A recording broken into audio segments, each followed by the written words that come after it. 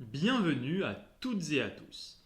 Je vais vous raconter une courte nouvelle de Laurent Genefort qui s'appelle Je me souviens d'opulence.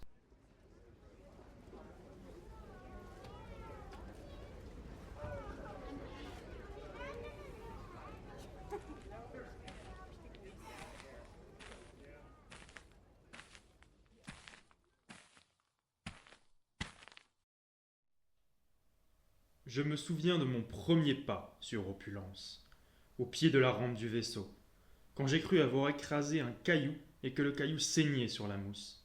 Des larmes coulaient sur les joues de ma mère. J'ai pensé que c'était à cause du caillou. Je ne me souviens pas du goût de l'air quand j'ai gonflé mes poumons, alors que tout autour de moi les adultes reniflaient et s'exclamaient à voix forte sur ces parfums inédits. Je me souviens de la combe derrière l'école remplie de spores araignées, et des batailles sans fin, pleines de couleurs dans les cheveux. Je me souviens de la manie qu'avait Isa d'arracher les pattes des spores araignées et de les gober vivantes. Elle avait avoué que c'était le craquement des pattes à arracher qui la poussait à agir ainsi. Elle suscitait chez mes copains un mélange de répulsion et d'envie qui m'avait empli de stupeur. Non pour l'acte en lui-même, mais parce que c'était une fille qui le faisait. Je me souviens des éclats de lumière sur le lac au bord duquel on allait pique-niquer, et des alevins argentés qui filaient au ras de la surface pour tenter de les attraper. Je me souviens des bouquets de violagres pour la vieille voisine d'à côté. Elle passait ses journées à sa fenêtre, grinçant dans un fauteuil à bascule. Les bonbons qu'elle m'offrait toujours me servaient de monnaie d'échange dans la cour de récré parce que je ne les aimais pas. Je me souviens du premier H-drama que l'on a vu, moi et les copains, autorisé par le père Anselme. C'était le calvaire de Saint-Iscopal. Et j'ai dû quitter l'Holovisium, malade, avant la fin. Je me suis dit que certaines scènes me hanteraient à jamais. Mais il me revient surtout le souvenir du générique, avec l'estampille orgueilleuse de la compagnie. Je me souviens avoir avalé une gorgée de liqueur d'anis pur, au goulot d'une bouteille volée par un copain dans la réserve de ses parents. Le goût atroce m'a poursuivi toute la journée et son écho détestable me donne la grimace, encore à cet instant. Je me souviens des heures passées à faire tourner en bourrique le drone agricole, en posant et redisposant des obstacles ici et là, et de l'engueulade carabinée à laquelle j'ai eu droit ensuite. Je me souviens avoir tanné mes parents pendant des années pour adopter un bâtir, et d'avoir brusquement cessé après qu'un copain avait subi une vilaine morsure au mollet par le sien. Je me souviens du camion en face de l'école, avec ce vieux marchand un peu louche qui balançait des grains d'arisie dans sa grosse bonbonne d'eau pour la rendre gazeuse, et du parfum entêtant qui se répandait tout autour. Je me souviens de la disparition de Babette, que ses parents avaient retrouvée étranglée dans un fossé, et des semaines passées consignées à la maison dans l'attente de trouver le coupable. Paradoxalement, j'en voulais surtout à Babette. Je me souviens avoir éprouvé ma première jouissance esthétique, ce sentiment de naître dans un palier supérieur de réalité, spirituel et doré, en écoutant la deuxième symphonie de Zémon sur une sono hors d'âge. Je me souviens de nuits entières passées sous les draps à compulser les télétextes sur une ardoise obsolète, un œil rivé à l'indicateur de bande passante pour ne pas déclencher l'alarme parentale. Je me souviens de ma première cigarette. Je l'avais bourrée de débris de plantes séchées. Elle avait un goût atroce, mais je l'ai fumée jusqu'au bout, car je n'ai pas voulu me dégonfler devant les copains. Je me souviens des grands feux de Chervenne sur les places de la ville, au milieu de l'été, de la chaleur infernale du brasier qui s'ajoutait à celle du soleil. Les branches éclataient en esquilles inoffensives, le vent rabattait la fumée safran sur les spectateurs et nous faisait tousser pendant 3 jours. Mais ça valait tout de même le coup. Je me souviens d'après-midi passés à faire des nœuds à de longues cordes, qu'on imbibait de colle puis qu'on allait dérouler dans les combes pour attraper des larves de bâtir. Je me souviens des plongeons dans le lac avec les copains, le long des nasses qui nous servaient de guide jusqu'à la vase du fond.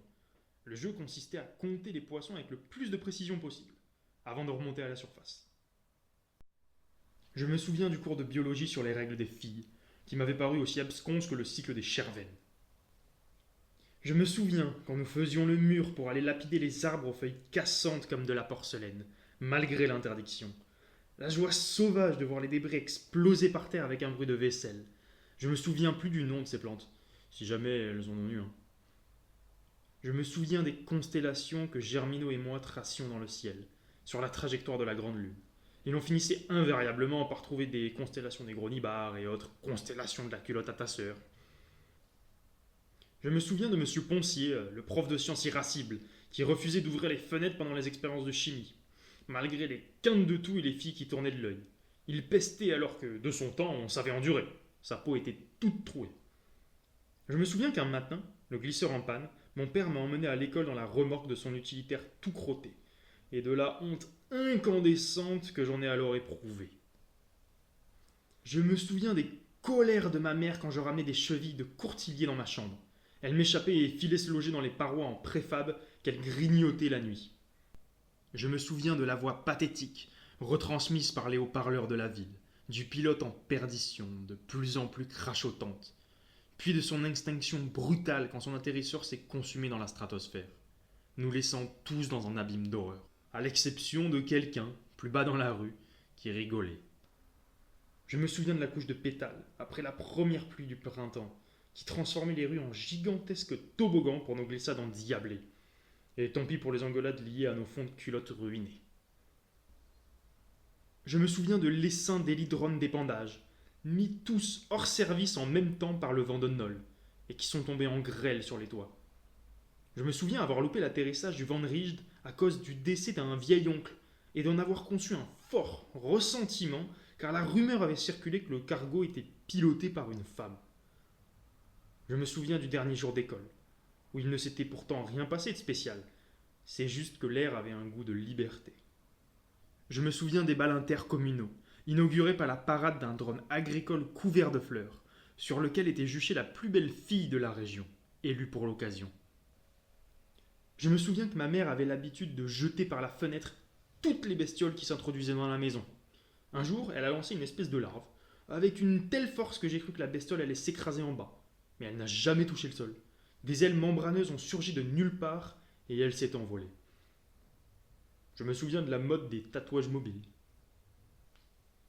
Je me souviens des sermons du père Anselme sur l'abomination représentée par les IA et les déviants sexuels, et du chuchotement d'on ne sait qui depuis un banc du fond. S'il y a des IA de la jaquette, elles ne sont pas dans la merde. Je me souviens de ces champignons creux en forme de poing, qui accouchaient d'insectes quand on les foulait du pied. Je ne me rappelle pas du nom des champignons, mais les insectes, eux, portaient celui de Tinline. Grillées, elles faisaient notre bonheur.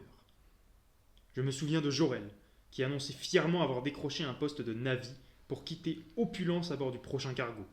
Il a organisé une fête énorme avant son départ, puis il a disparu, et on l'a retrouvé au bout d'un mois, errant dans les marais. Des années plus tard, tout le monde continuait de l'appeler Jorel le Navi. Je me souviens de l'arbuste qui poussait sous ma fenêtre, aussi fin que de la dentelle, que je caressais en prenant grand soin de ne pas l'abîmer.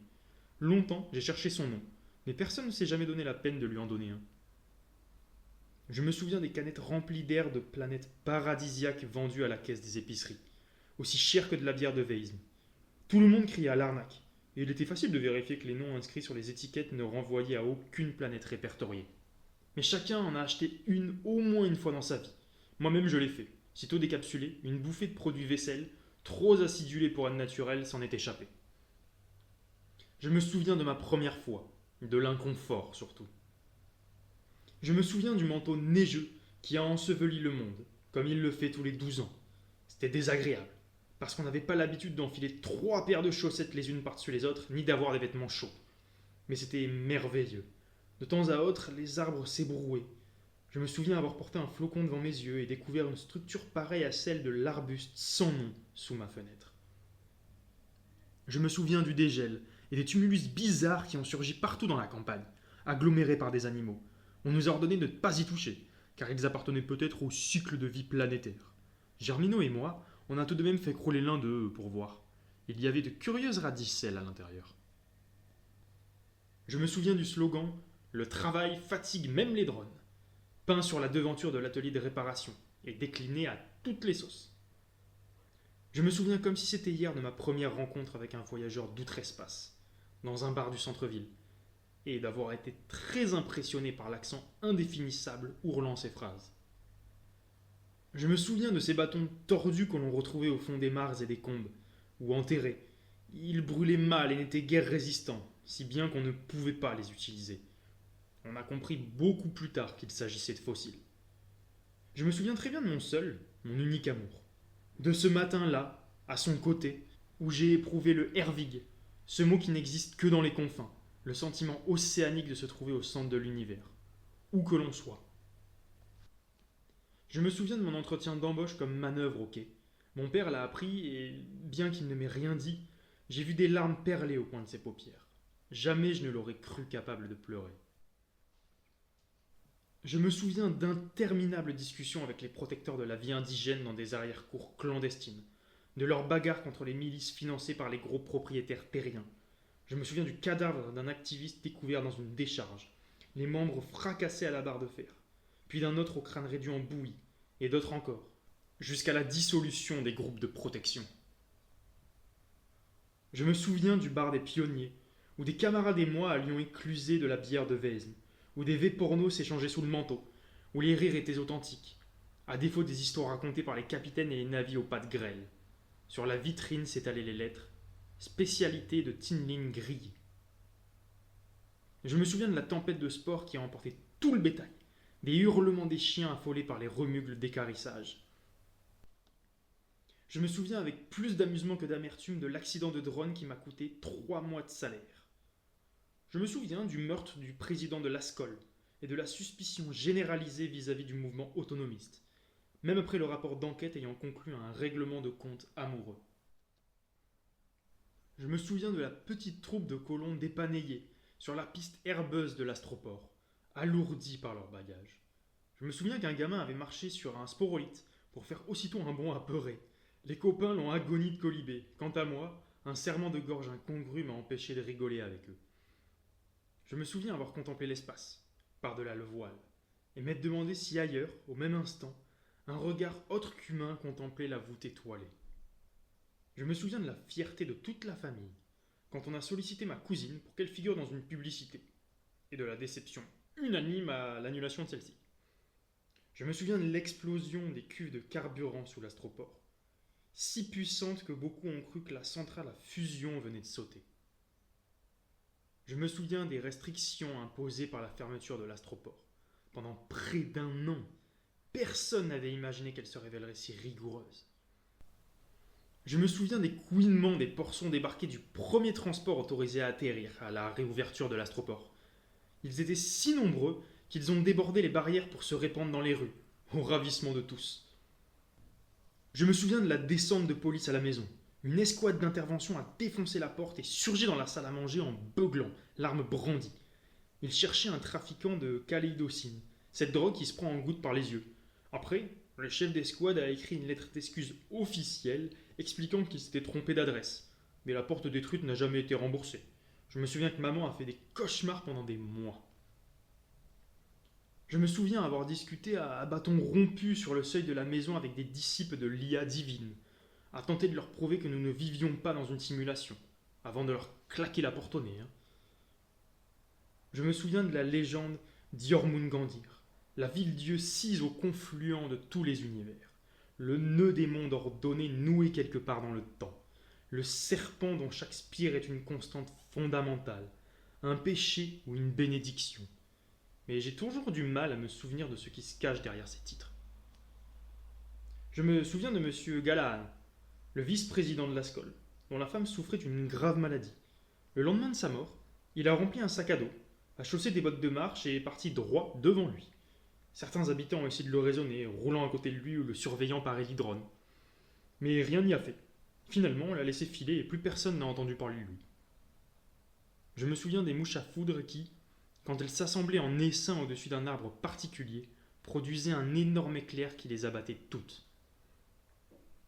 Je me souviens du soir où une grande fille brune s'est accoutée au bar à côté de moi. Elle ne m'a pas vu, je crois, mais son nom à elle m'est revenu dès le premier coup d'œil. Coral, mon amoureuse quand j'avais 14 ans.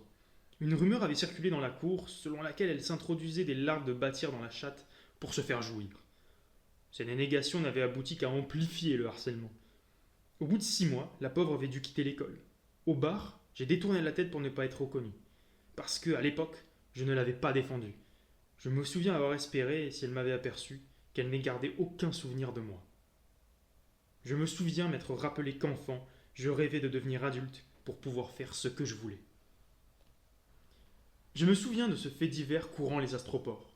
Un capitaine de cargo avait rompu toute relation avec l'extérieur pendant 1 an, et, à sa reprise de contact, plus personne ne comprenait ses paroles.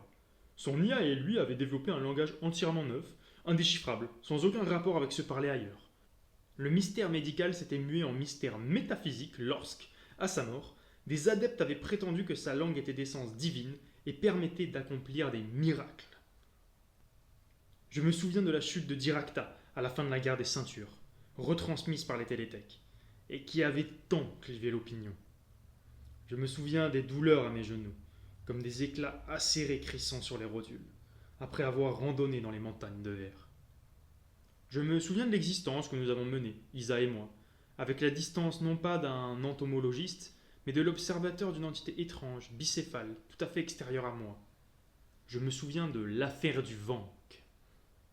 Je me souviens de ce type débarqué de l'astroport un beau matin, qui offrait beaucoup d'argent pour des couples d'animaux afin d'alimenter, affirmait-il, une ménagerie itinérante.